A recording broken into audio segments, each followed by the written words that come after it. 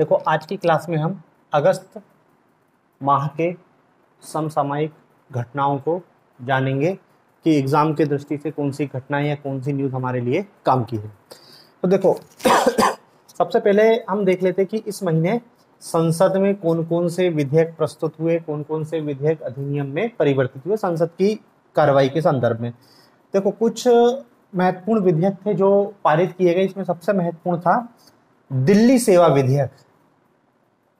दिल्ली सेवा विधेयक, इस दिल्ली सेवा विधेयक का जो वास्तविक नाम था राष्ट्रीय राजधानी क्षेत्र, मतलब इसको इस नाम से जानते हैं, राष्ट्रीय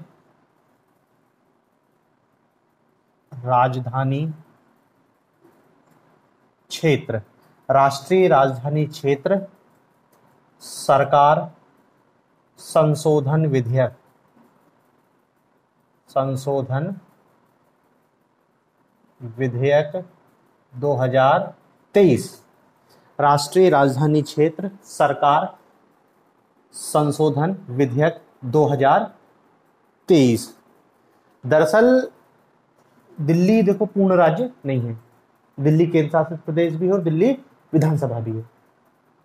दिल्ली में दरअसल क्या है कि तीन सब्जेक्ट, एक तो आपका पुलिस,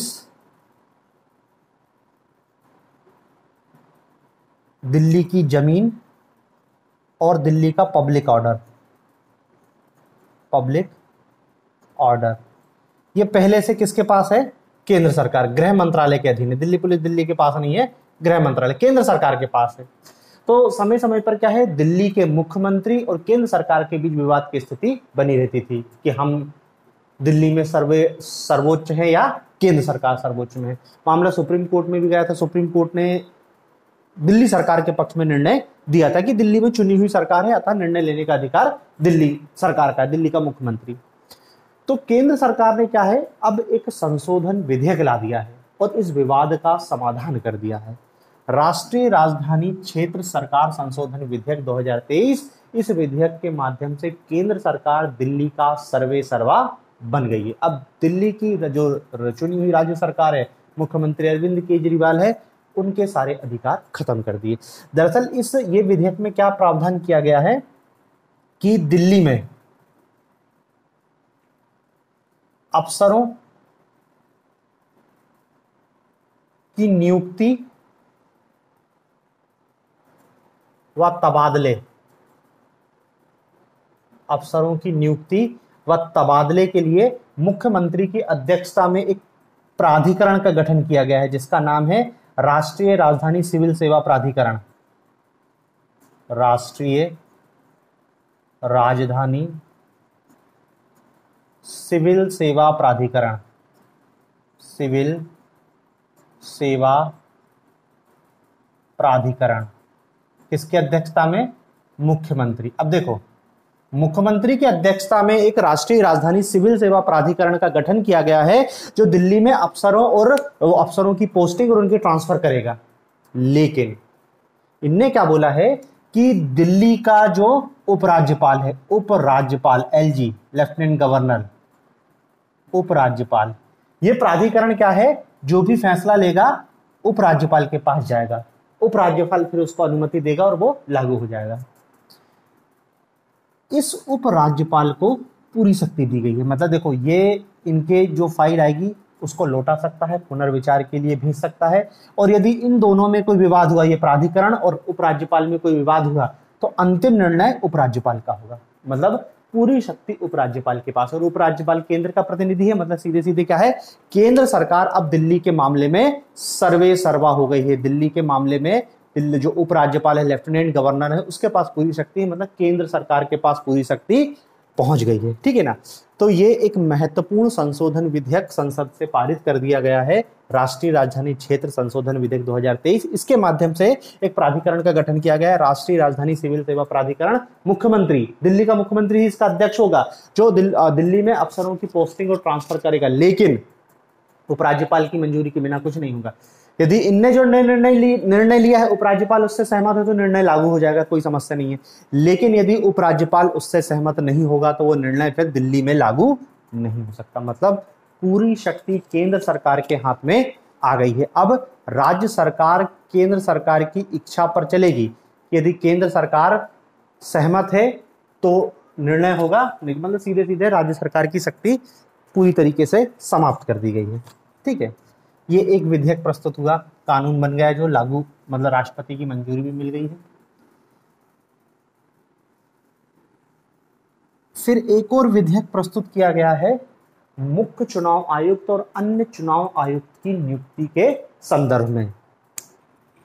देखो विधेयक का नाम ही है मुख्य चुनाव आयुक्त, मुख्य चुनाव आयुक्त व अन्य आयुक्त, मुख्य चुनाव आयुक्त व अन्य आयुक्त सेवा की शर्तें व सेवा की शर्तें, नियुक्ति और कार्यकाल, नियुक्ति और कार्यकाल, ये सब कुछ तय करने के लिए एक नया विधेयक लेके आए हैं। दरअसल क्या है, संविधान में मुख्य चुनाव आयुक्त की नियुक्ति के लिए कोई स्पष्ट प्रावधान था नहीं। मामला सुप्रीम कोर्ट में ही पहुंचा था, तो सुप्रीम कोर्ट ने क्या बोल दिया था कि 3 लोग मिलके मुख्य चुनाव आयुक्त और अन्य चुनाव आयुक्त की नियुक्ति करेंगे। 3 सदस्यीय कमेटी होगी जिसका अध्यक्ष प्रधानमंत्री होगा, विपक्ष का नेता लोकसभा, विपक्ष का नेता लोकसभा और चीफ जस्टिस ऑफ इंडिया, ये 3 लोग मिलके राष्ट्रपति का नाम, राष्ट्रपति के पास सिफारिश भी करेंगे कि इस व्यक्ति को भारत का मुख्य चुनाव आयुक्त नियुक्त कर दो। यह व्यवस्था सुप्रीम कोर्ट के निर्णय के बाद अस्तित्व में आई थी। इसको संशोधन कर दिया है। इस विधेयक के माध्यम से क्या कर दिया गया है कि अब एक 3 सदस्यीय कमेटी रहेगी, 3 सदस्यीय कमेटी जिसका अध्यक्ष कौन रहेगा, प्रधानमंत्री, भारत का प्रधानमंत्री अध्यक्ष रहेगा। दूसरा सदस्य रहेगा विपक्ष का नेता, विपक्ष का नेता लोकसभा का, लोकसभा का विपक्ष का नेता, और एक प्रधानमंत्री द्वारा नियुक्त कैबिनेट मंत्री, कैबिनेट मंत्री। मतलब ये 3 लोगों की कमेटी राष्ट्रपति के नाम पर राष्ट्रपति के पास सिफारिश भेजेगी और सिफारिश के बाद उस व्यक्ति को मुख्य चुनाव आयुक्त नियुक्त कर दिया जाएगा। तो देखो ये दूसरा बदलाव किया गया संसद में एक अधिनियम के माध्यम से। तीसरा अमेंडमेंट किया गया है जन्म मृत्यु पंजीकरण अधिनियम, इसको भी बदलाव किया है। जन्म मृत्यु पंजीकरण संशोधन अधिनियम विधेयक 2023। दरअसल जन्म मृत्यु पंजीकरण को लेके 1969 में कानून संसद ने पारित किया था। इस 1969 के कानून में संशोधन करके 2023 में नया कानून लागू कर दिया जाएगा। और इसमें अब ज्यादा डिटेल में तो अपने काम का नहीं है कि क्या संशोधन किया गया है, बस यही कि जो जन्म मृत्यु का पंजीकरण होगा उसमें आधार को अनिवार्य कर दिया जाएगा कि आधार नंबर के बिना जन्म मृत्यु का पंजीकरण नहीं हो सकता। दूसरा क्या है कि जो राज्य सरकारें हैं जो जन्म मृत्यु प्रमाण पत्र जारी करने के लिए नागरिक पंजीकरण प्रणाली का उपयोग करना होगा। नागरिक पंजीकरण प्रणाली, नागरिक पंजीकरण प्रणाली, इसका उपयोग किया जाएगा। ठीक है ना।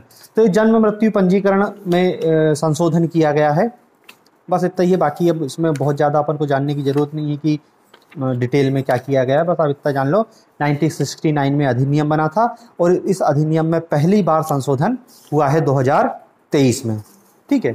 फिर एक और अमेंडमेंट किया गया है संसद में सहकारी क्षेत्र में, सहकारी का जो क्षेत्र है ना उसमें भी संशोधन किया गया है। और देखो सहकारी सोसाइटी संशोधन विधेयक, सहकारी सोसाइटी, सहकारी सोसाइटी संशोधन, सहकारी सोसाइटी संशोधन मतलब क्या है कि देश में जो सहकारिता क्षेत्र में है उसमें सुधार लाने के लिए एक सहकारी सोसाइटी संशोधन विधेयक संसद में प्रस्तुत किया गया था, 2022 में प्रस्तुत किया गया था, ठीक है ना, और अब जाके वो पारित हुआ है। और इस जो अधिनियम है, ये जो पारित किया गया है, इसको नाम दिया गया है बहुराज्य सहकारी समिति अधिनियम 2022। देखो 2000 नाम 22 का ही कहलाएगा,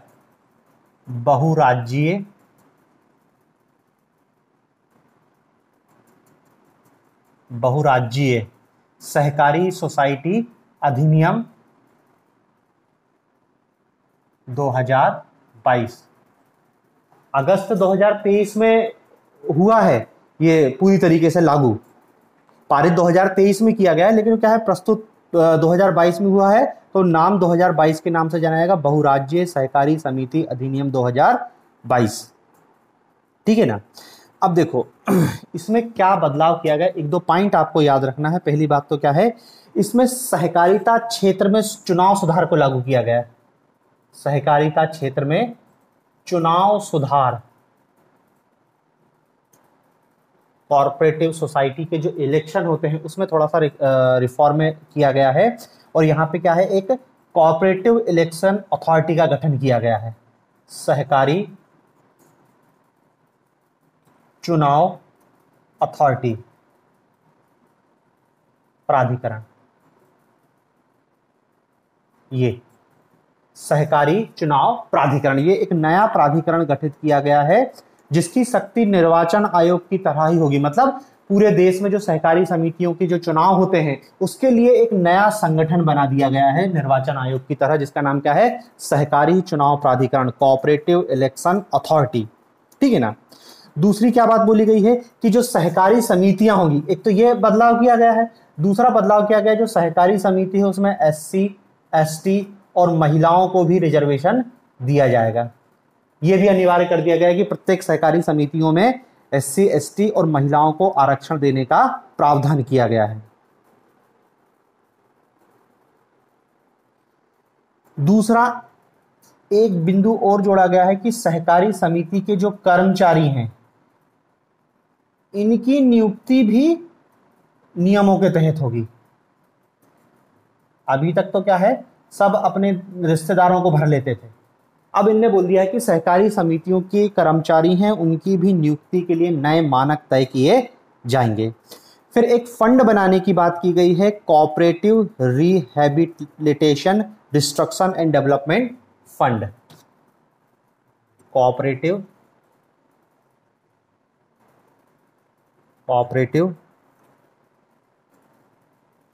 rehabilitation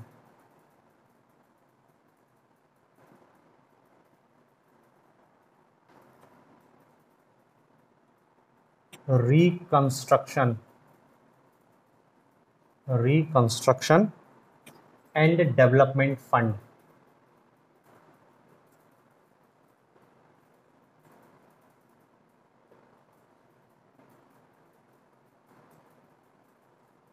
development fund, cooperative rehabilitation reconstruction and development fund, ये 4 मुख्य अधिनियम पारित किए गए हैं अगस्त 2023 के अंदर, ठीक है ना। तो जो थोड़ा थोड़ा बदलाव किया गया है हमको बस वही देखना है और ज़्यादा इससे ज़्यादा डिटेल में जानने की ज़रूरत है नहीं हमारे लिए।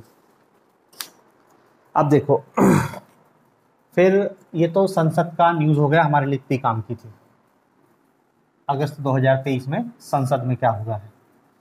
अब इसके बाद एक और आपको जानना है, रोहिणी आयोग। रोहिणी आयोग ये क्या है, रोहिणी आयोग दरअसल क्या है कि केंद्र सरकार ने ओबीसी को रिजर्वेशन के संदर्भ में एक दिल्ली उच्च न्यायालय की पूर्व मुख्य न्यायाधीश थी रोहिणी जी, उनकी अध्यक्षता में एक कमेटी का गठन किया गया था अक्टूबर 2017 में। मतलब देखो ये 2017 में न्यायमूर्ति जी रोहिणी की अध्यक्षता में एक कमेटी गठित की गई थी ओबीसी रिजर्वेशन के विवाद को हल करने के लिए, और इसको बोला गया था कि इसको 12 हफ्ते में अपनी रिपोर्ट देनी थी, लेकिन इसको 14 बार विस्तार दिया गया और अंततः इसने अपनी रिपोर्ट कब प्रस्तुत की, 31 जुलाई 2023, 31 जुलाई 2023 को इसने अपनी रिपोर्ट सबमिट कर दी है। अब रिपोर्ट में क्या रिकमेंडेशन किया गया है अभी उसकी जानकारी नहीं है। अब देखो मीडिया रिपोर्ट्स तो है, लेकिन हम क्या है वो ना तो एग्जाम में पूछा जा सकता और ना ही हम ऑथेंटिक रूप से कह सकते हैं, क्योंकि जब तक सरकार खुद नहीं बताए कि रिपोर्ट में क्या बोला गया था और सरकार ने कौन कौन सी रोहिणी आयोग की मांगों को स्वीकार किया है, कौन सी मांगों को खारिज किया है, तब तक अपन कुछ नहीं कह सकते। तो बस आप तो क्या याद रख लेना, रोहिणी आयोग क्या है, ओबीसी रिजर्वेशन के संबंध में अक्टूबर 2017 में गठित किया गया था, लेकिन इसने रिपोर्ट इतने समय बाद प्रस्तुत करी है। फिर संसद से ही एक और खबर है कि वर्तमान सरकार के खिलाफ संसद में अविश्वास प्रस्ताव पारित किया गया, प्रस्तुत किया गया अविश्वास, विपक्ष द्वारा मणिपुर हिंसा को लेकर अविश्वास प्रस्ताव प्रस्तुत किया गया, लेकिन केवल प्रस्तुत ही किया गया, पारित नहीं करा सके, ध्वनि मत से यह प्रस्ताव खारिज हो गया है। बस आपको एक चीज और याद रखनी है कि जो वर्तमान सरकार है, प्रधानमंत्री नरेंद्र मोदी हैं, इनके खिलाफ ये दूसरी बार अविश्वास प्रस्ताव प्रस्तुत किया गया। इससे पहले 2018 में भी विपक्ष ने अविश्वास प्रस्ताव प्रस्तुत किया था। और देखो अविश्वास प्रस्ताव के संदर्भ में आप जानते हो कि यदि अविश्वास प्रस्ताव पारित हो जाता है तो सरकार को इस्तीफा देना पड़ता है, लेकिन सरकार के पास पूर्ण बहुमत है, उसको ऐसी कोई दिक्कत नहीं है। तो बस चर्चा के लिए अविश्वास प्रस्ताव लाया गया था और अविश्वास प्रस्ताव ध्वनिमत से खारिज हो गया।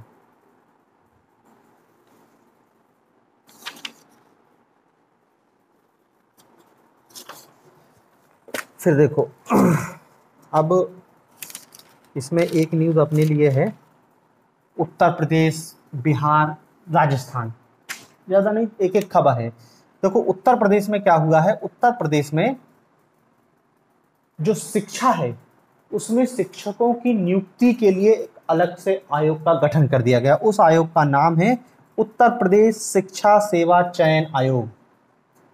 उत्तर प्रदेश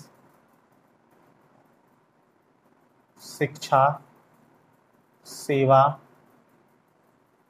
चयन आयोग, ये आयोग गठित कर दिया गया है।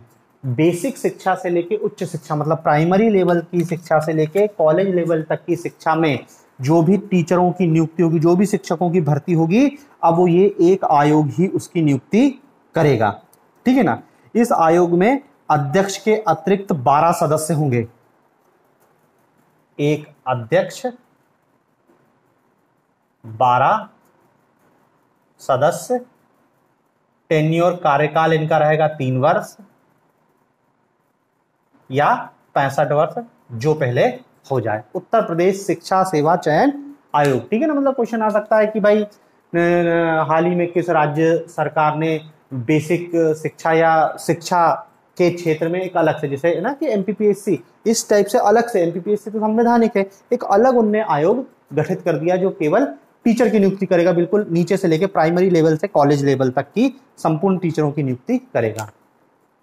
फिर एक न्यूज बिहार से है कि बिहार क्या है, बिहार में जो बिहार सरकार है वो जातिगत जनगणना करा रही थी।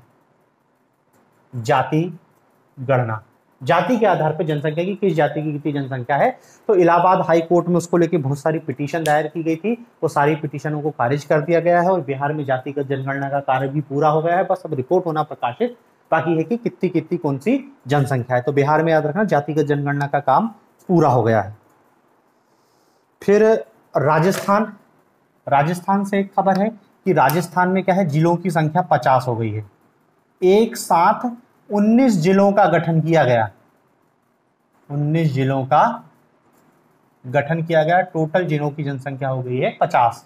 तो देखो राजस्थान में 50 है, मध्य प्रदेश में जिलों की संख्या 52 है, और जो उत्तर प्रदेश है, उत्तर प्रदेश में सर्वाधिक जिले हैं। उत्तर प्रदेश में जिलों की संख्या है 75, यूपी 75। तो ये 3 क्रम याद रखना, सर्वाधिक जिले उत्तर प्रदेश में, फिर मध्य प्रदेश में, और अब तीसरे नंबर पर है राजस्थान। फिर केरल, एक न्यूज केरल से है। केरल में क्या हुआ कि केरल की जो सरकार है उसने केरल का नाम बदलने के लिए एक प्रस्ताव विधानसभा से पारित करके केंद्र सरकार को भेज दिया, और वो नाम है केरलम। केरल को मलयाली भाषा में केरलम कहा जाता है। तो सरकार का कहना है कि इसका नाम बदल दिया जाए, लेकिन क्या है, बिना केंद्र सरकार की मंजूरी के राज्य सरकार अपना राज्य का नाम नहीं बदल सकती। तो उन्हें प्रस्ताव पारित करके भेज दिया है। अब केंद्र सरकार जब डिसीजन लेगी तब केरल का नाम केरलम हो जाएगा। ठीक है, तो ये राजस्थान, उत्तर प्रदेश, बिहार, केरल। फिर मध्य प्रदेश का अपना कूनो नेशनल पार्क, आप जानते हो कूनो नेशनल पार्क में क्या है, चीतों को छोड़ा गया था। चीतों की लगातार मृत्यु हो रही है। 2 देशों से चीते लाए गए थे पिछले साल, एक नामीबिया से लाए गए थे और दक्षिण अफ्रीका से। टोटल 20 चीते लाए गए थे, 12 और 8, जिसमें से 9 चीतों की मृत्यु हो चुकी है। अब मेरे को नहीं लगता ये इसमें से कोई क्वेश्चन पूछेगा, बस आप तो ये याद रखना पुरानी डाटा है कि जो चीते लाए गए थे वो 8 चीते नामीबिया से थे और 12 चीते दक्षिण अफ्रीका से थे। 9 चीतों की मृत्यु हो गई है और कुछ बच्चों को भी जन्म दिया है। टोटल 15 चीते बचे हैं, लेकिन अब वो क्या है कि पेपर तक पर जनसंख्या हो सकता है कोई मर जाए और तो और जनसंख्या कम हो जाएगी, तो मुश्किल है इससे संबंधित कोई अपने को डाटा इसमें काम आएगा। ठीक है ना, तो ये एक न्यूज़ थी। और इसमें क्या है अब कि देखो हमारा सबसे मेन है अब जो पूछे जाने की पेपर में संभावना सबसे ज्यादा है वो है चंद्रयान 3।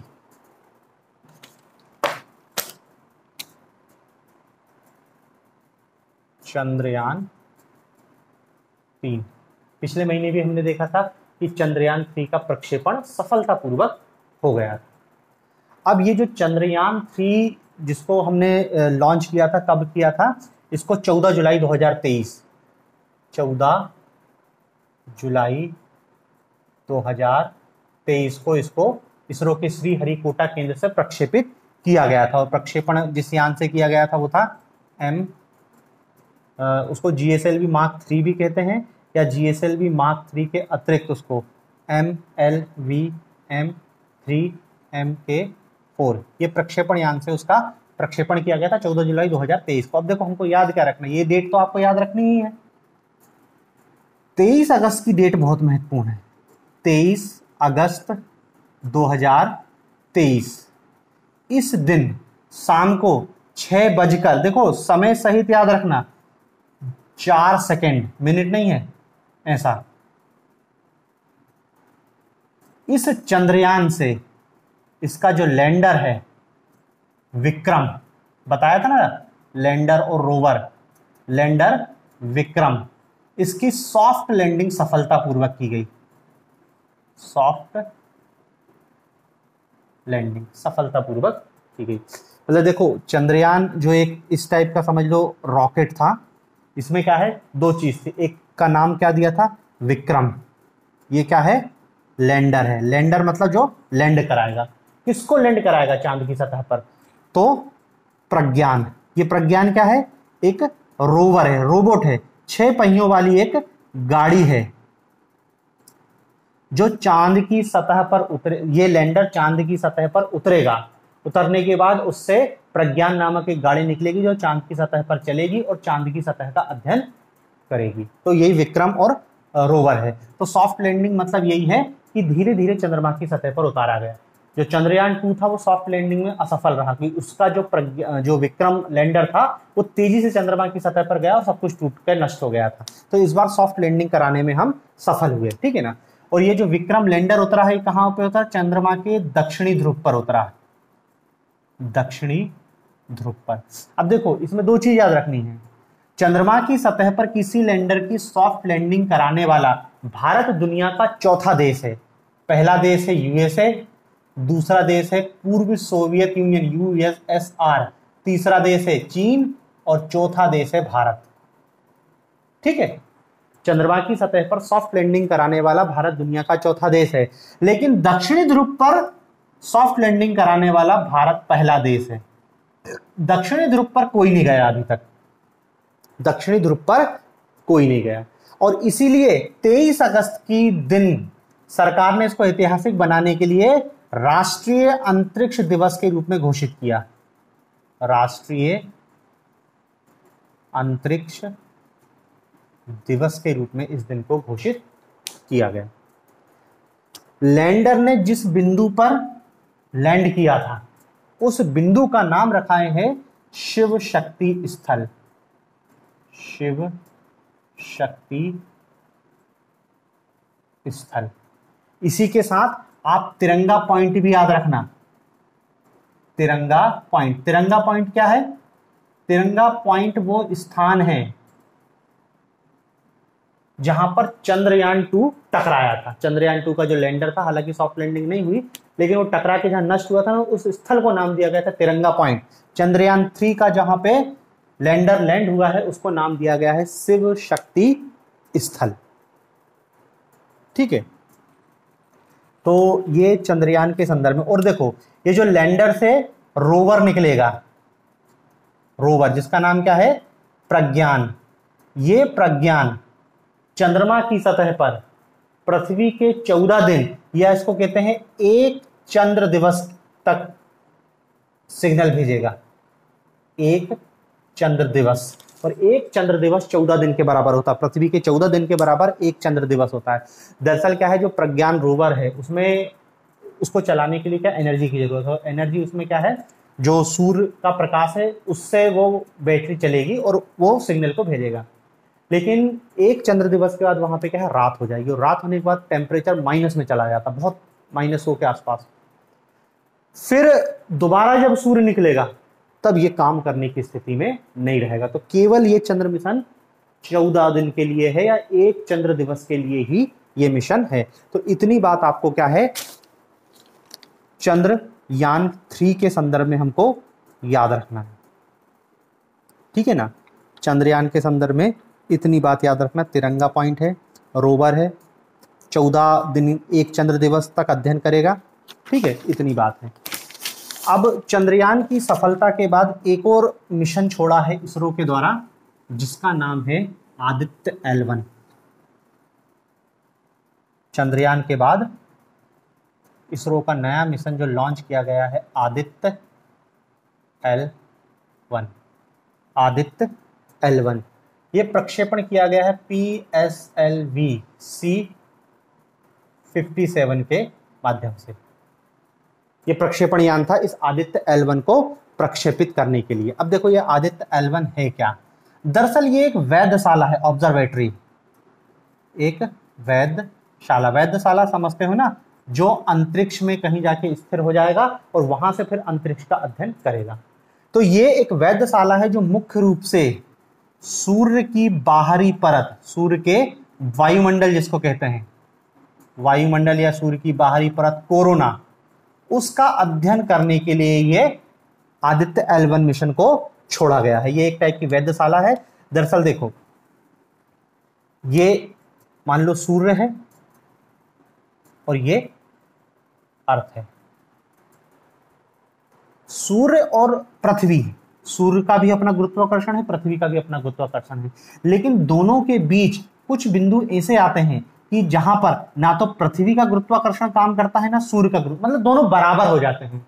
और जब दोनों बराबर हो जाते हैं तो यहां पर कोई वस्तु पहुंच जाएगी तो वो क्या है? स्थिर रहेगी, मतलब स्वतंत्र रूप से लटक जाएगी, ना तो पृथ्वी पर गिरेगी ना वो सूर्य की तरफ जाएगी, स्थिर वहीं पर रहेगी और सूर्य का अध्ययन करते रहेगी। इस स्थल को नाम देते हैं, जिस वैज्ञानिक ने इसकी खोज की थी उसी के नाम पर इसको नाम दिया गया है लैग्रेंज पॉइंट।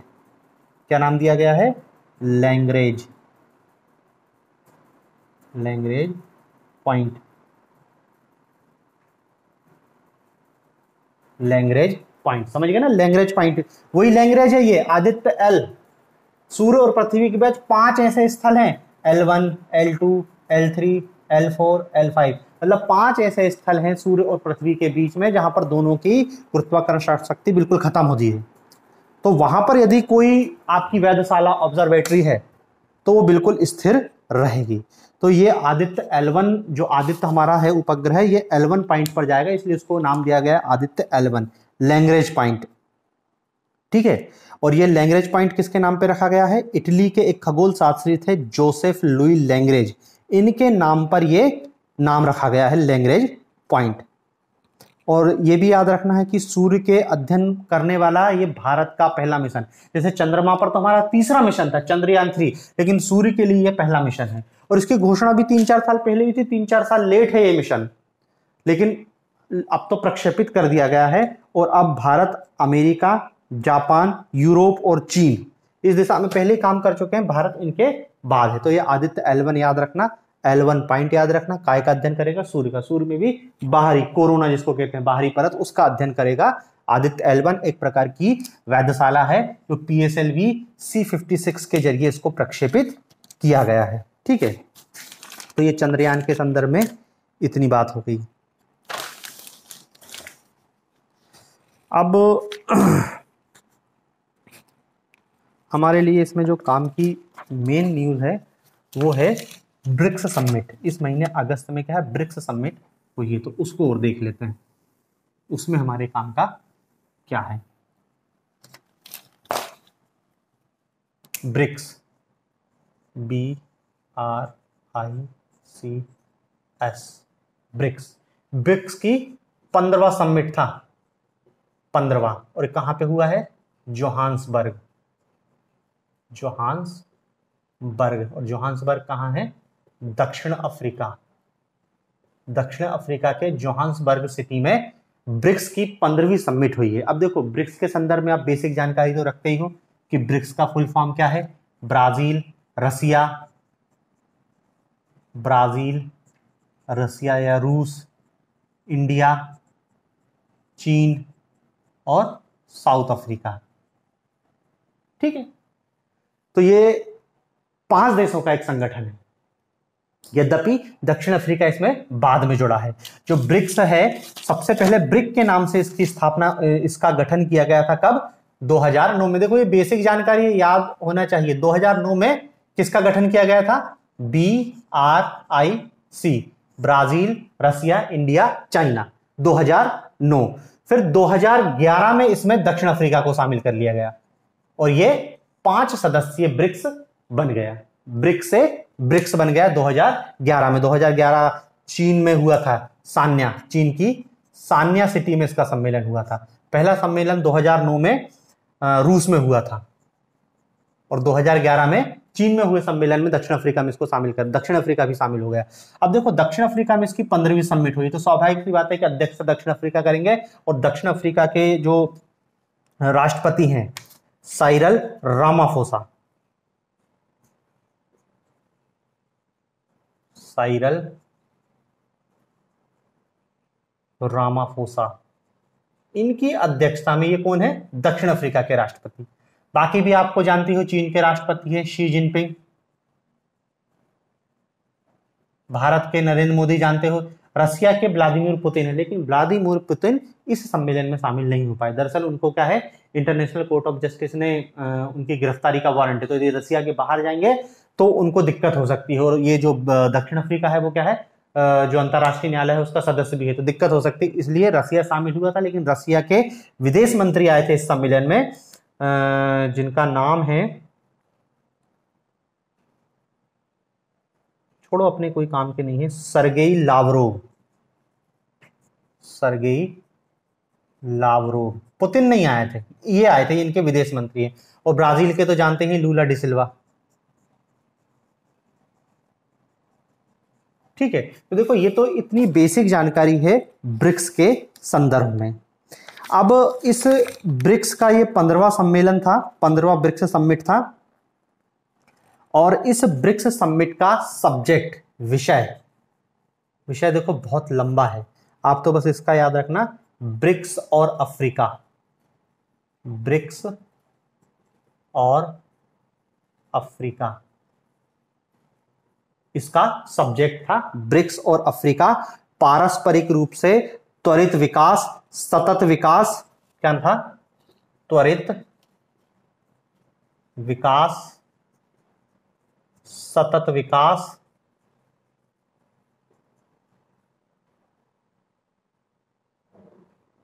और समावेशी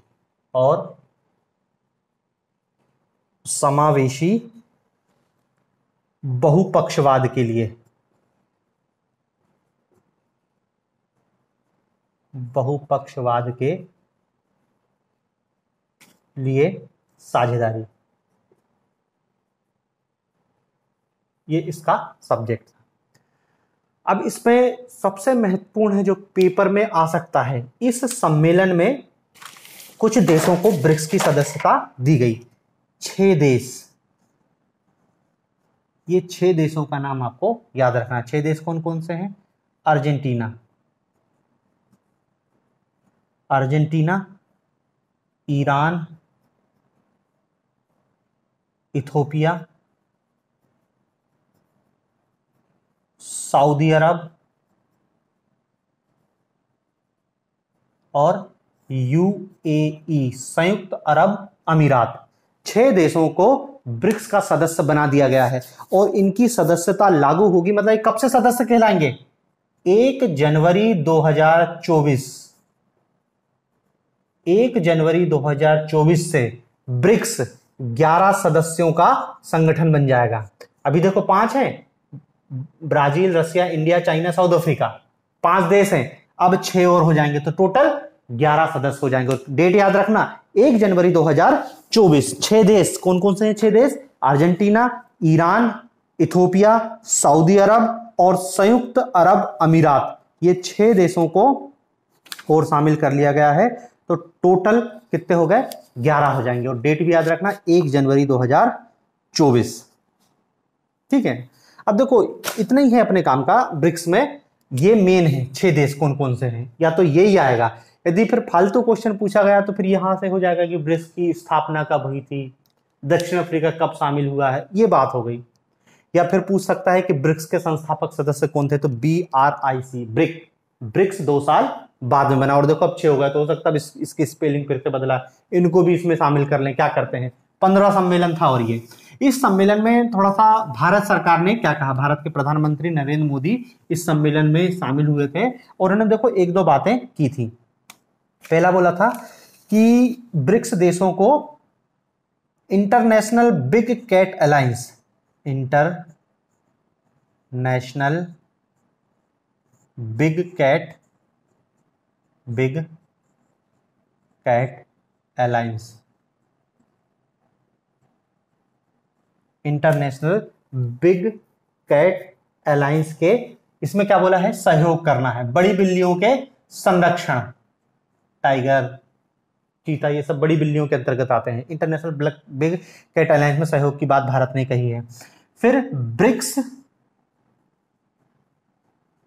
अंतरिक्ष अन्वेषण संघ, अंतरिक्ष अन्वेषण संघ, ये एक संघ बनाने की बात करिए कि अंतरिक्ष के क्षेत्र में ब्रिक्स देशों को सहयोग करना चाहिए। ठीक है, ये 2 बातें भारत सरकार ने कही, प्रधानमंत्री नरेंद्र मोदी ने। और याद रखना अगला शिखर सम्मेलन 16वां सम्मेलन होगा कजान रूस में। ब्रिक्स का अगला सम्मेलन कजान रूस में होगा। ठीक है ना, इतनी बात ब्रिक्स के संदर्भ में आप याद रखना, बहुत महत्वपूर्ण है BRICS.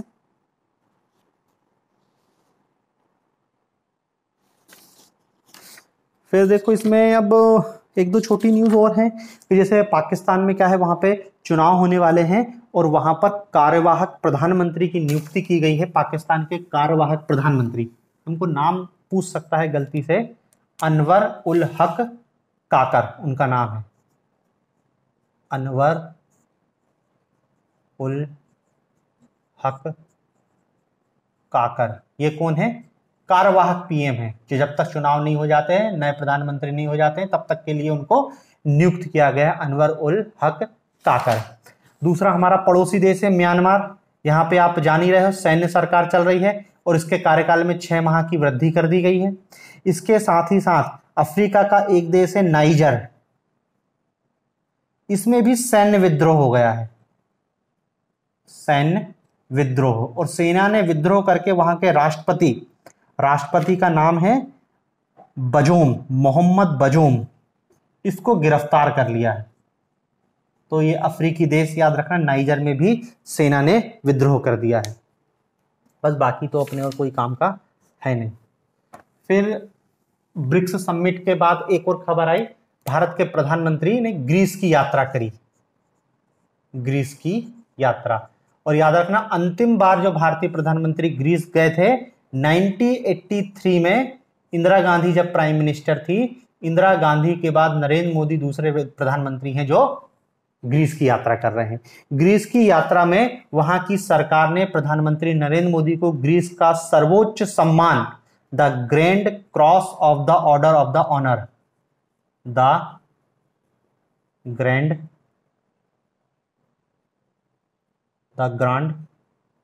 Cross of the order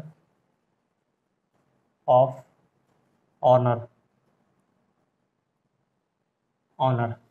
ये दिया भारतीय प्रधानमंत्री को। मतलब देखो लंबी लिस्ट हो गई है, प्रधानमंत्री नरेंद्र मोदी को विभिन्न देशों ने उनको राष्ट्रीय सम्मान जो दिया अपना, ये सर्वोच्च सम्मान है ग्रीस का, तो ये प्रधानमंत्री नरेंद्र मोदी को दिया गया है। फिर एक और खबर आई, हाँ, रूस की। रूस का अंतरिक्ष उपग्रह, रूस का एक उपग्रह है जिसका नाम क्या है, लूना 25। लूना 25 ये चंद्रमा के अध्ययन के लिए चंद्रमा की सतह पर लैंड करने में असफल रहा, और भारत ने देखो इसी समय अपने विक्रम लैंडर को चांद की सतह पर उतार दिया। ये बहुत लंबे समय के बाद रूस ने चंद्रमा के अध्ययन के लिए एक उपग्रह छोड़ा था जो सॉफ्ट लैंडिंग करने में असफल रहा, लूना 25। फिर एक और है कंबोडिया, एक देश है कंबोडिया। कंबोडिया में क्या खबर है, कंबोडिया में क्या हुआ कि कंबोडिया का जो सैन्य प्रमुख था या वहां का जो राष्ट्रपति है, वहां पे सत्ता परिवर्तन हुआ है। हुन सेन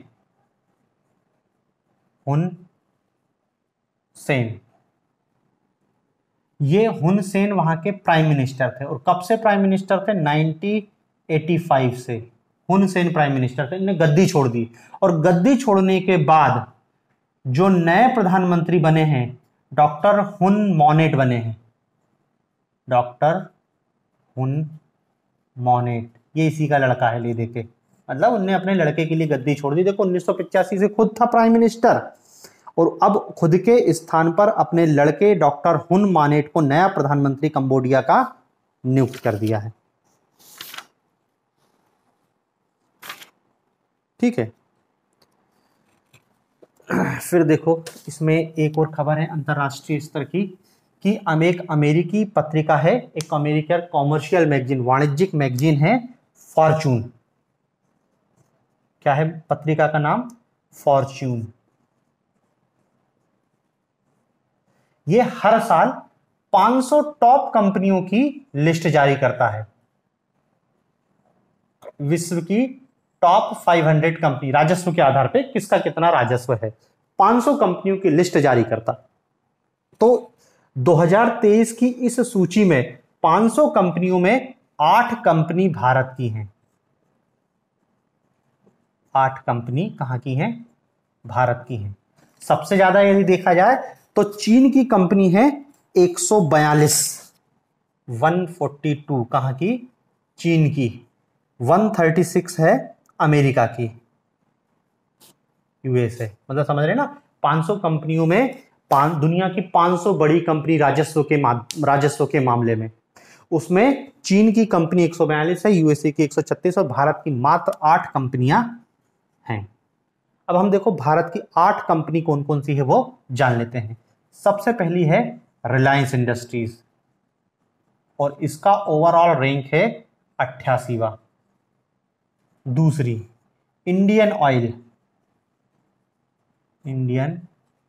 ऑयल, तीसरी LIC, चौथी ONGC,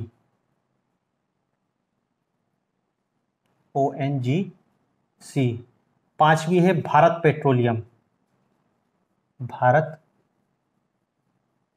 पेट्रोलियम, छठवीं है SBI, state bank of India, सातवीं है टाटा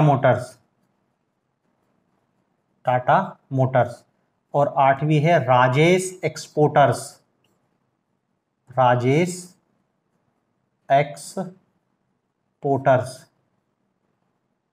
ये 8 कंपनी है भारत की। अब देखो सबका अलग अलग रैंक है, आपको तो बस एक या रैंक याद रखना कि रिलायंस इंडस्ट्रीज 88 नंबर पे, बाकी इंडियन ऑयल 94 पे, फिर तो बहुत लंबी उनकी रैंकिंग है।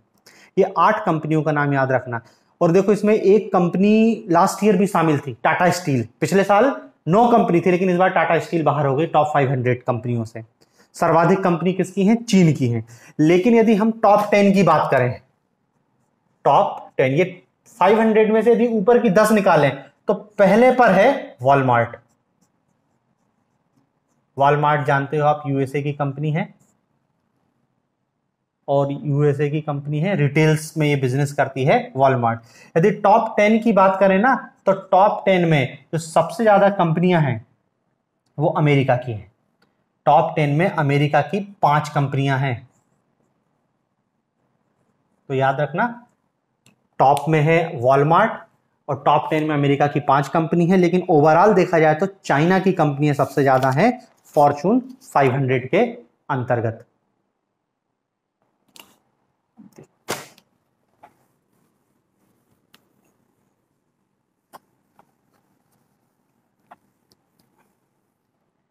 फिर एक और न्यूज़ है कि जो महारत्न कंपनियां हैं उनकी संख्या बढ़ गई है। महारत्न 13 हो गई है, पहले 12 थी। अभी एक कंपनी, कौन सी? Oil India limited. Oil India limited, ये पहले नवरत्न कंपनी थी, इसको महारत्न कंपनी का दर्जा दे दिया गया और अब टोटल महारत्न कंपनियों की संख्या हो गई है 13। इसी के साथ नवरत्न कंपनियों की भी संख्या 13 हो गई है। नवरत्न कंपनियों की संख्या भी कितनी हो गई है? 13 हो गई है। और यहां पर 13वीं नवरत्न कंपनी जो स्थापित की गई है, पहले 12 थी। ओएनजीसी विदेश निगम लिमिटेड को अभी नवरत्न कंपनी का दर्जा दिया गया। ओएनजीसी विदेश निगम लिमिटेड, ये ठीक है ना। तो देश में महारत्न और नवरत्न दोनों कंपनियों की संख्या 13 हो गई है। कायदे से 12 हो जाना था, क्योंकि ऑयल इंडिया पहले नवरत्न थी, ऑयल इंडिया को महारत्न बना दिया गया, तो ये 12 हो गई थी। लेकिन जैसे 12 हुई, ओएनजीसी विदेश निगम लिमिटेड को नवरत्न कंपनी का दर्जा दे दिया गया। तो वर्तमान में 13 दोनों हैं कंपनियां भारत में, नवरत्न भी है और महारत्न भी है, 13। ठीक है। अब देख तो थोड़ी सी कुछ मेन व्यक्ति जिनको नियुक्त किया गया है महत्वपूर्ण पदों पर, जिसमें एनजीटी के नए अध्यक्ष नियुक्त किए गए हैं प्रकाश श्रीवास्तव, राष्ट्रीय हरित न्यायाधिकरण। प्रकाश, न्यायमूर्ति प्रकाश श्रीवास्तव, इनको एनजीटी का नया अध्यक्ष नियुक्त किया गया है। नेशनल ग्रीन ट्रिब्यूनल के नए चेयरमैन हैं न्यायमूर्ति प्रकाश श्रीवास्तव। फिर एक नाम याद रखना, नीलकंठ मिश्र। नीलकंठ मिश्र, इनको क्या नियुक्त किया गया है? ये यूआईडी, जो भारतीय विशिष्ट पहचान प्राधिकरण, भारतीय विशिष्ट पहचान प्राधिकरण, इसके ये अंशकालीन अध्यक्ष नियुक्त किए गए हैं। ठीक है ना। यूआईडी एक सांविधिक प्राधिकरण है जिसकी स्थापना आधार, समझ गए ना, आधार कार्ड के लिए इसकी स्थापना की गई थी 2016 में। तो उसके ये अंशकालिक अध्यक्ष नियुक्त किए गए हैं। फिर एक और व्यक्ति का नाम याद रखना, जया वर्मा। जया वर्मा, ये जया वर्मा कौन है? ये जया वर्मा रेलवे बोर्ड की पहली महिला अध्यक्ष है। रेलवे बोर्ड की पहली महिला अध्यक्ष।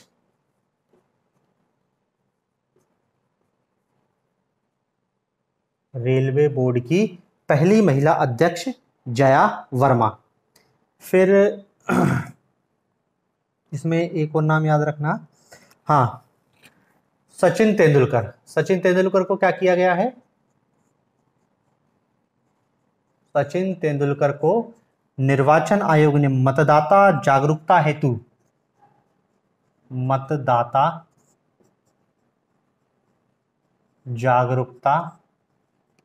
हेतु राष्ट्रीय आइकॉन घोषित किया है। राष्ट्रीय आइकॉन घोषित किया गया है। सचिन तेंदुलकर को मतदाता जागरूकता हेतु राष्ट्रीय आइकॉन घोषित किया गया है। ये 3 वर्ष के लिए घोषित किया जाता है। इसके पहले MS धोनी, आमिर खान, मेरी कॉम, इनको भी घोषित किया गया है। पंकज त्रिपाठी लास्ट 3 साल पहले नियुक्त हुआ था। ठीक है,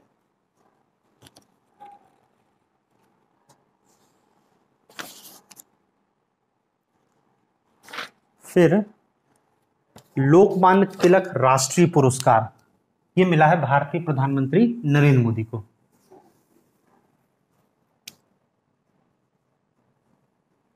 लोकमान्य तिलक राष्ट्रीय पुरस्कार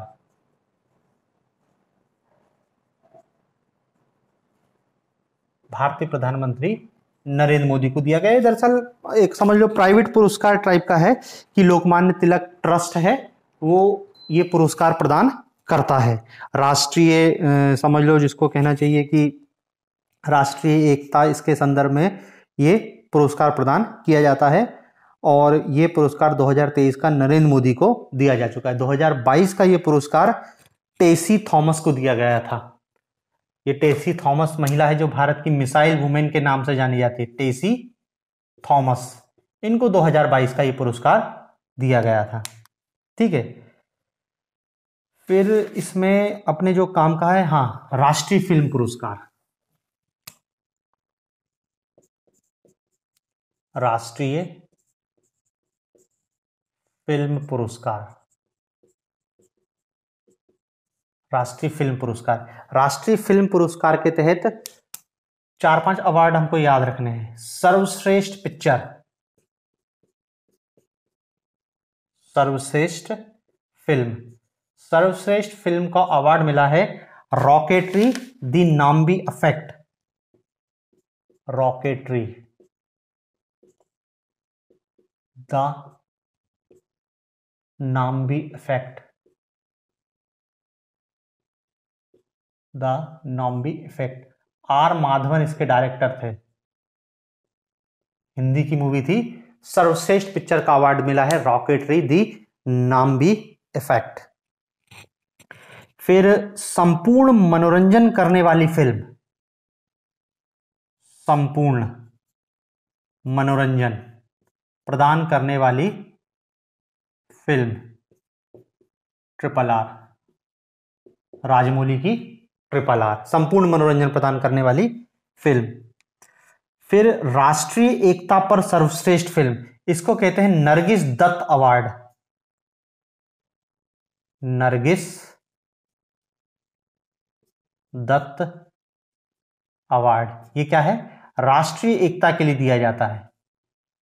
इसी पिक्चर फिल्म जिसने राष्ट्रीय एकता में वृद्धि की, और ये मिला है कश्मीर फाइल्स को, कश्मीर फाइल्स। विवेक रंजन अग्निहोत्री इस फिल्म के डायरेक्टर थे जिनको राष्ट्रीय एकता का नरगिस दत्त अवार्ड मिला।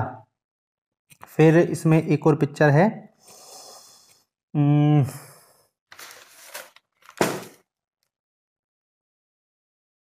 सर्वश्रेष्ठ अभिनेता जाते, अभिनेता अभिनेत्री, सर्वश्रेष्ठ अभिनेता, बेस्ट एक्टर। बेस्ट एक्टर का अवार्ड मिला है अल्लू अर्जुन को पुष्पा फिल्म के लिए, अल्लू अर्जुन पुष्पा पिक्चर के लिए। सर्वश्रेष्ठ अभिनेता, सर्वश्रेष्ठ अभिनेत्री हीरोइन आलिया भट्ट, आलिया भट्ट। आलिया भट्ट को मिला है गंगूबाई काठियावाड़ के लिए, और ये संयुक्त रूप से दिया गया है कृति सेनन, दो लोगों को एक साथ दिया गया, कृति सेनन, इसकी पिक्चर थी मिमी, मिमी, और ये गंगूबाई काठियावाड़। बेस्ट एक्ट्रेस, तो बेस्ट एक्टर अल्लू अर्जुन पुष्पा के लिए, बेस्ट एक्ट्रेस आलिया भट्ट गंगूबाई काठियावाड़ के लिए, और बेस्ट मतलब दोनों को दिया संयुक्त रूप से, आलिया भट्ट और कृति सेनन के लिए। सहायक अभिनेता भी पंकज त्रिपाठी को दिया गया है मिमी पिक्चर के लिए। पंकज त्रिपाठी, ये कौन? सहायक अभिनेता, बेस्ट सहायक सपोर्टिंग रोल। और यदि बेस्ट सपोर्टिंग एक्टर की बात करें तो पल्लवी जोशी। पल्लवी जोशी कश्मीर फाइल में थी, कश्मीर फाइल्स के लिए पल्लवी जोशी को बेस्ट सपोर्टिंग एक्ट्रेस का अवार्ड दिया गया है। ठीक है, फिर देखो इसमें एक पुरस्कार और आप याद रखना, सर्वश्रेष्ठ हिंदी फिल्म। क्या है कि ये तो सर्वश्रेष्ठ ओवरऑल फिल्म है, किसी भी भाषा को दिया जा सकता है, किसी भी भाषा की पिक्चर, लेकिन फिर क्या हर भाषा की सर्वश्रेष्ठ अलग अलग फिल्म देते हैं कि तमिल की सर्वश्रेष्ठ फिल्म, तेलुगु की सर्वश्रेष्ठ फिल्म, तो इसी टाइप से हिंदी की सर्वश्रेष्ठ फिल्म घोषित की गई है सरदार उधम सिंह को। सरदार उधम सिंह, मतलब देखो अंतर समझ लेना, आपसे पूछे बेस्ट फीचर फिल्म नेशनल पुरस्कार रॉकेटरी द नामबियर इफेक्ट, लेकिन पूछ ले कि बेस्ट हिंदी फीचर फिल्म का अवार्ड किसको दिया है? सरदार उधम सिंह को। ठीक है ना, बाकी तो सब ये कॉमन ही है। ठीक है ना, तो नेशनल अवार्ड के संदर्भ में हमको इतना याद रखना है, ये नेशनल अवार्ड में इतना ही है। बाकी फिर क्या है, अलग अलग है, बेस्ट पर्यावरण की पिक्चर भी दी गई है, बेस्ट बाल फिल्म पुरस्कार भी दिया गया है, इतने नाम याद रख लो, वही अपने काम के हैं। अब देखो थोड़ा सा क्या है, 3 प्रतियोगिता होती है, मिस अर्थ, मिस अर्थ, फिर एक होता है मिस यूनिवर्स,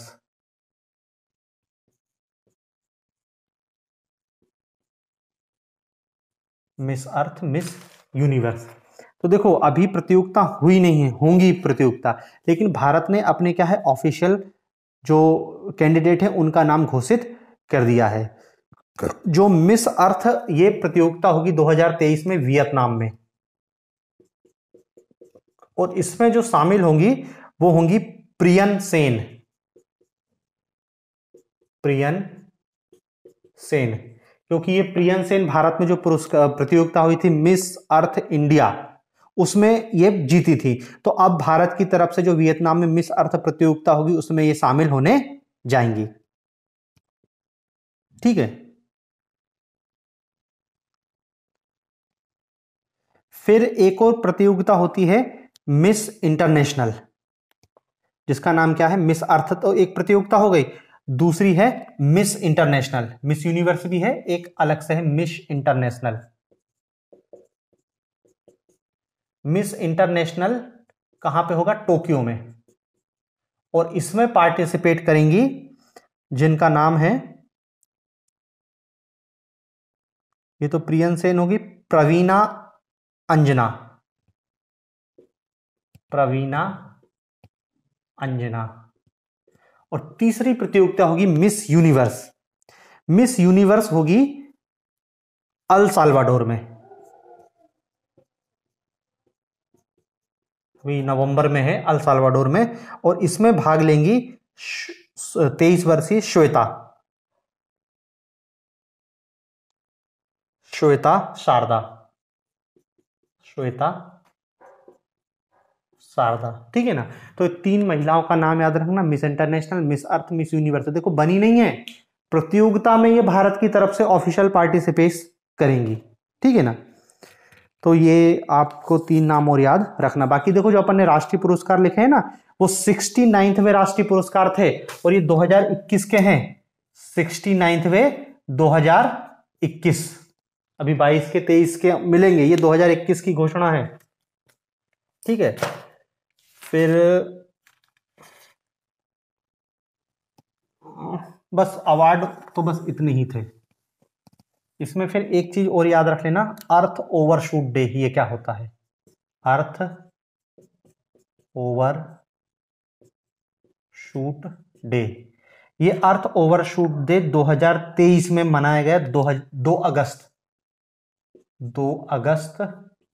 2023। दरअसल क्या है अर्थ ओवरशूट, ये होता है दरअसल क्या है कि प्रत्येक वर्ष साल भर में हम कितने संसाधन यूज करते हैं उसका एक अंदाजा लगा लिया जाता है कि साल भर के लिए हमारे पास पूरी दुनिया के लिए इतने संसाधन है कि 31 दिसंबर तक हमको इतने संसाधन यूज करने चाहिए। लेकिन अधिक कंजम्पशन के कारण क्या है, जो संसाधन हमको 31 दिसंबर तक यूज करने होते हैं वो हम देखो 2 अगस्त को ही खत्म हो गए। मतलब जैसे है ना कि आप साल भर का खाने का गेहूं ले लो कि साल भर के लिए फुर्सत, लेकिन अधिक खाने के कारण आप पहले ही खा जाओ तो उसी को कहते हैं ओवरशूट। ये चलना था दिसंबर तक संसाधन, लेकिन हमने कब निपटा दिए, 2 अगस्त को ही।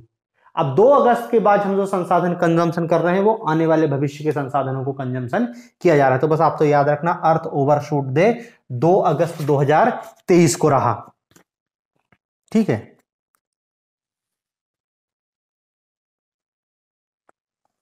फिर देखो इस अगस्त माह में 2-3 व्यक्तियों का निधन हो गया है जो हमारे लिए काम के हैं। इसमें एक सबसे महत्वपूर्ण व्यक्ति है बिंदेश्वर पाठक। बिंदेश्वर पाठक ये कौन है, सुलभ इंटरनेशनल,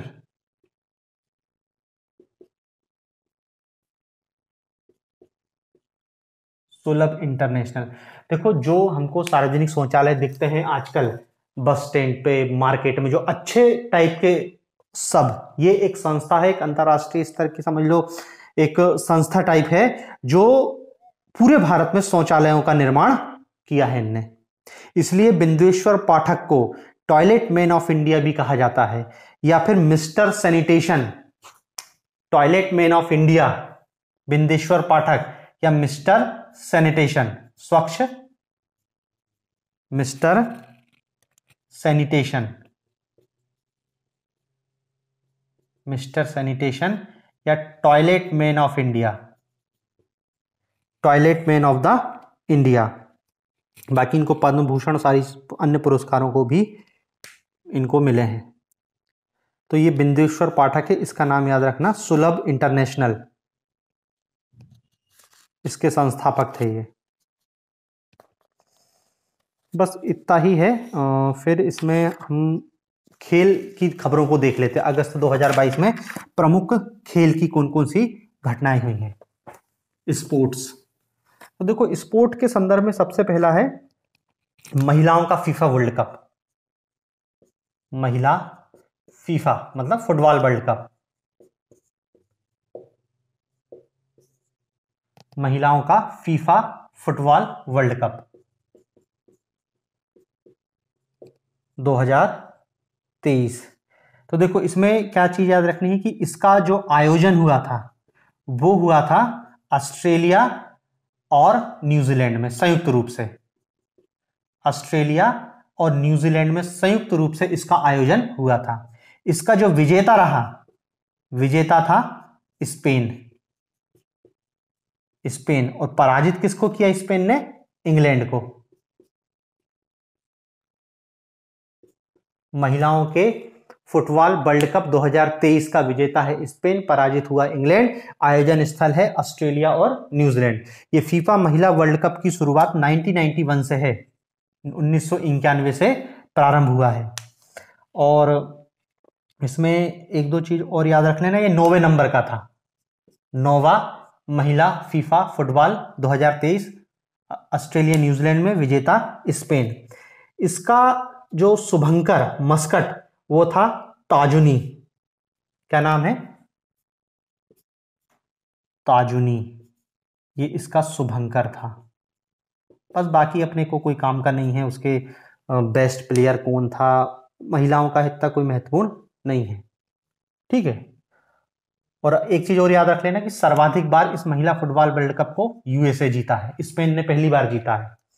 तो ये महिलाओं के फुटबॉल वर्ल्ड कप की बात हो गई। फिर इसमें अगली जो खेल की न्यूज है हमारे काम की वो है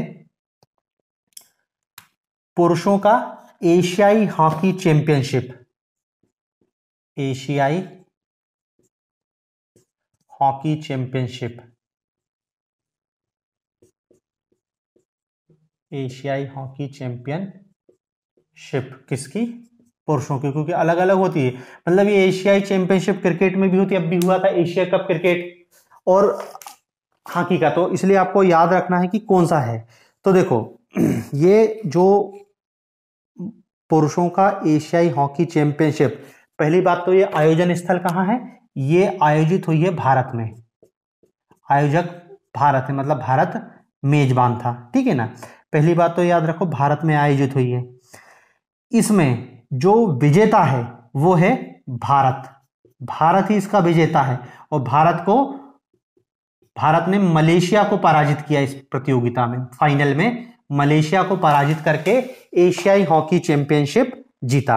अब देखिए इसमें दो नाम याद रखना, एक तो भारत के कप्तान थे हरमनप्रीत सिंह, हरमनप्रीत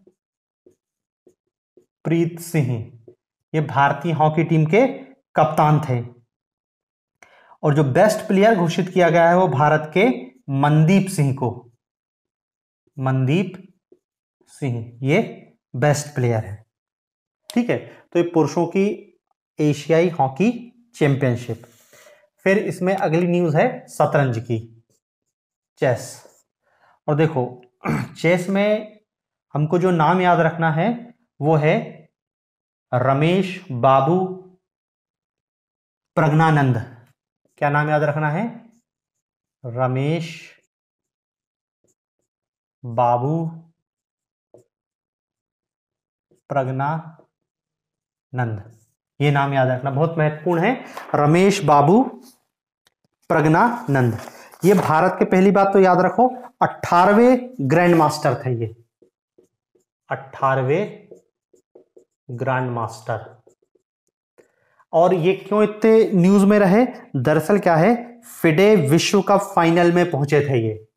चेस का जो विश्व कप होता है, चेस की संस्था है फिडे, तो फिडे विश्व कप फाइनल में, हालांकि पराजित हो गए थे लेकिन फाइनल में पहुंचने की उपलब्धि इन्होंने प्राप्त की।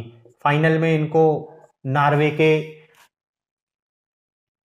मैग्नस कार्लसन ने पराजित किया। किसने, नॉर्वे के मैग्नस कार्लसन से ये पराजित हुए, लेकिन फाइनल में पहुंचना ही बड़ी बात थी। 5 बार का चैंपियन है नॉर्वे का मैग्नस कार्लसन, उसने इनको पराजित किया।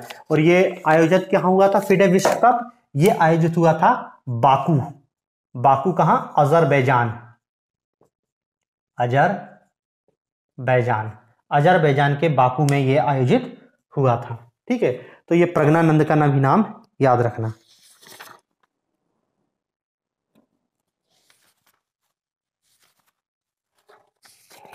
फिर देखो इस चेस में एक और नाम याद रखना, राष्ट्रीय शतरंज चैंपियनशिप पुणे में आयोजित हुई। राष्ट्रीय शतरंज चैंपियनशिप, राष्ट्रीय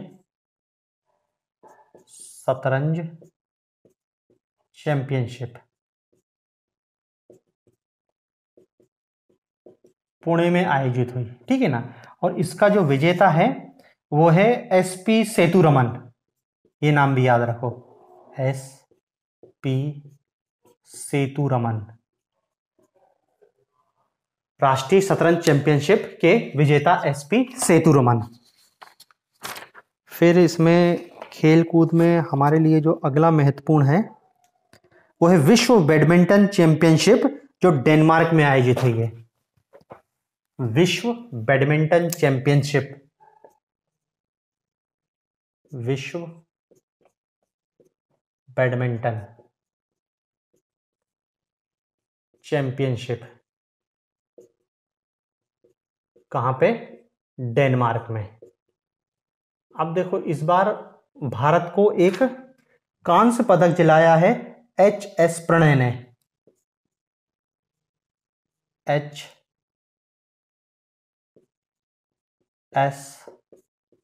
प्रणय। सिंगल्स में इनने क्या जीता है, कांस्य पदक जीते हैं। तो केवल देखो एक ही पदक जीतने में हम सफल रहे हैं, जो एच.एस. प्रणय ने जीता है, कांस्य पदक, बाकी कुछ नहीं मिला भारत को, ठीक है ना। तो विश्व बैडमिंटन चैंपियनशिप में एच.एस. प्रणय ने एकल स्पर्धा में कांस्य पदक जीता है। बाकी इसमें एक चीज नाम याद और रख लेना, 2 नाम, एक तो भारत की तरफ से विश्व बैडमिंटन चैंपियनशिप में पहली बार किसी ने पदक जीता था, उस व्यक्ति का नाम है प्रकाश पादुकोण। 1983 में उस व्यक्ति ने पदक जीता था, कांस्य पदक ही था। तो एक तो क्या है, दीपिका पादुकोण के पिताजी प्रकाश पादुकोण, इनका नाम याद रखो क्योंकि ये पहले व्यक्ति हैं जिन्होंने क्या है, विश्व बैडमिंटन चैंपियनशिप में कोई पदक जीता। दूसरा नाम याद रखो पीवी सिंधु। पीवी सिंधु एकमात्र भारतीय शटलर है जिन्होंने विश्व बैडमिंटन चैंपियनशिप में गोल्ड जीता था, और उन्होंने ये गोल्ड जीता था विश्व बैडमिंटन चैंपियनशिप में। पीवी सिंधु एकमात्र भारतीय शटलर है जिन्होंने 2019 में गोल्ड जीता था, 2019 में पीवी सिंधु। बाकी और लोग भी जीत चुके हैं, लक्ष्य सेन भी जीते हैं, पिछले बार सात्विक साईराज और चिराग शेट्टी भी जीते हैं, इस बार एस प्रणय का नाम याद रखना है, ठीक है। फिर अगला जो प्रतियोगिता है वो है विश्व एथलेटिक्स चैंपियनशिप 2023। विश्व एथलेटिक्स चैंपियनशिप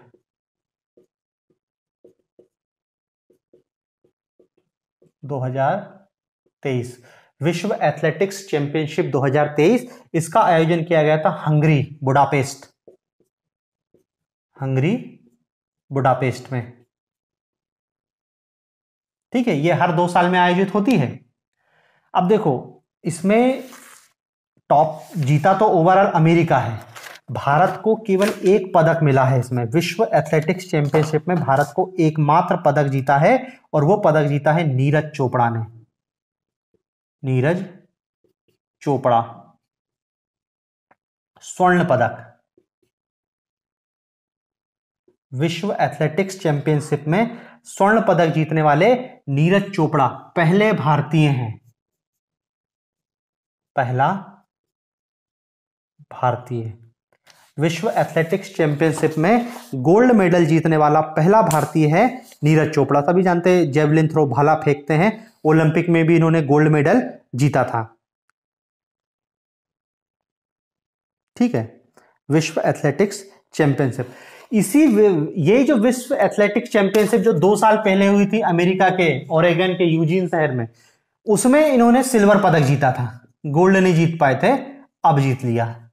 तो याद रखना विश्व एथलेटिक्स चैंपियनशिप में 2 पदक जीत चुके हैं नीरज चोपड़ा, एक गोल्ड और एक सिल्वर, एक गोल्ड और एक सिल्वर। रजत पदक पिछले बार जीता था, इस बार गोल्ड जीत लिया। बाकी भारत के कोई खिलाड़ी कोई पदक नहीं जीत पाए हैं। और ये जो विश्व एथलेटिक्स चैंपियनशिप में आप एक और नाम याद रखना, अंजू बॉबी जॉर्ज। ये 2003 में इन्होंने लंबी कूद में कांस्य जीता था। अंजू बॉबी जॉर्ज 2003 लंबी कूद में कांस्य जीता था, ठीक है। तो बाकी ये नीरज चोपड़ा है विश्व एथलेटिक्स चैंपियनशिप में गोल्ड मेडल जीते हैं।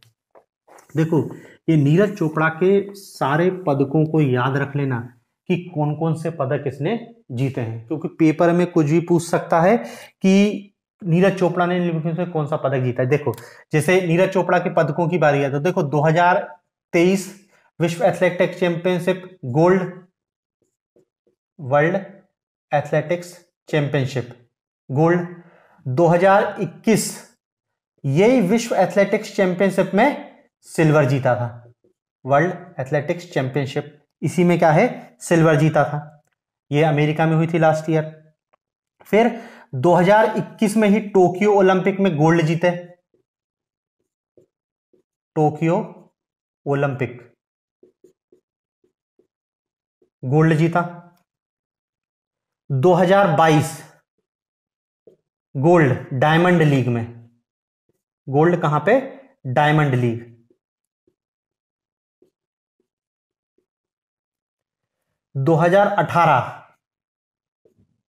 2018 गोल्ड काय में, एशियाई खेल में, एशियाई खेल जो जकार्ता में हुए थे, इंडोनेशिया के जकार्ता में हुए थे अभी चीन में चल रहे हैं एशियाई खेल 2018 में, वहां पे भाला फेंक में इनने गोल्ड मेडल जीता था।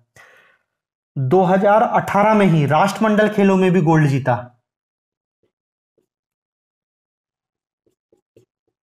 गोल्ड राष्ट्रमंडल,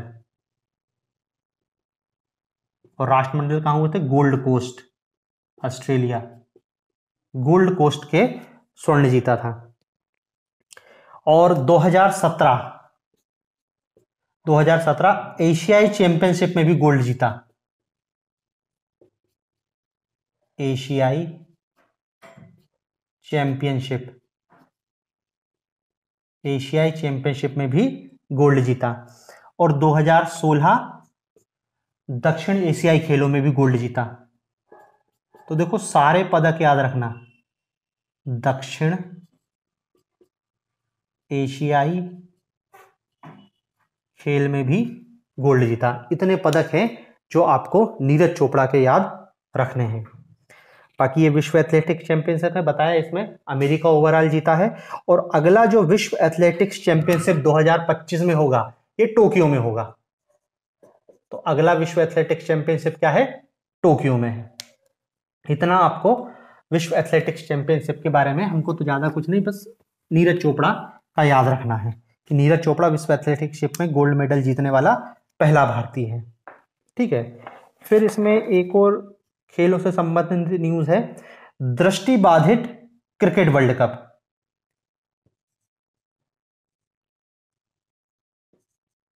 दृष्टि बाधित ब्लाइंड लोगों का cricket world cup, cricket world cup.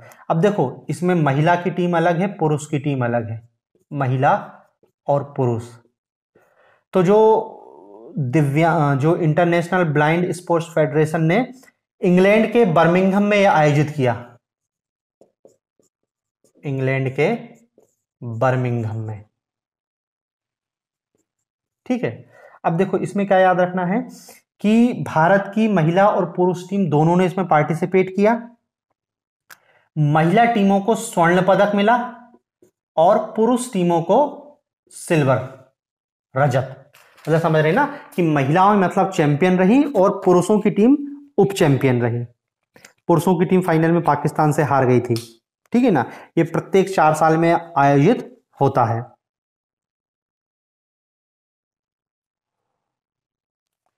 फिर एक और स्पोर्ट्स है विश्वविद्यालय खेल 2021। ये चीन के चेंगडू में आयोजित हुए थे। विश्वविद्यालय खेल,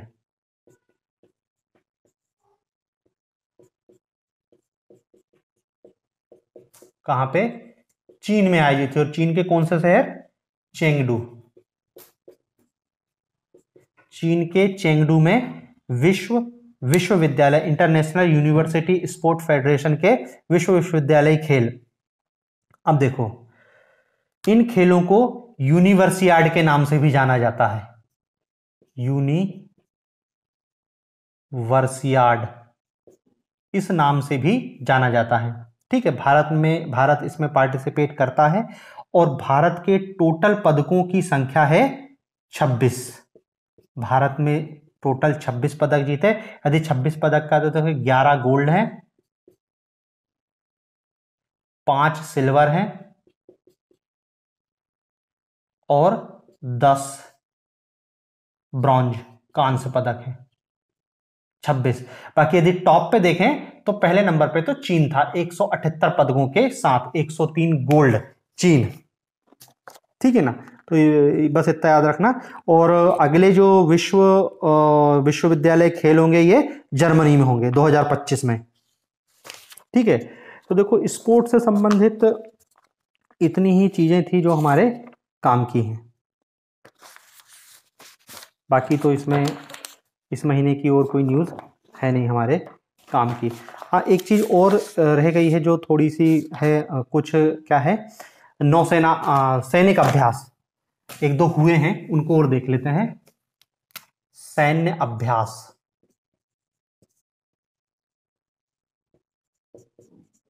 सैन्य अभ्यास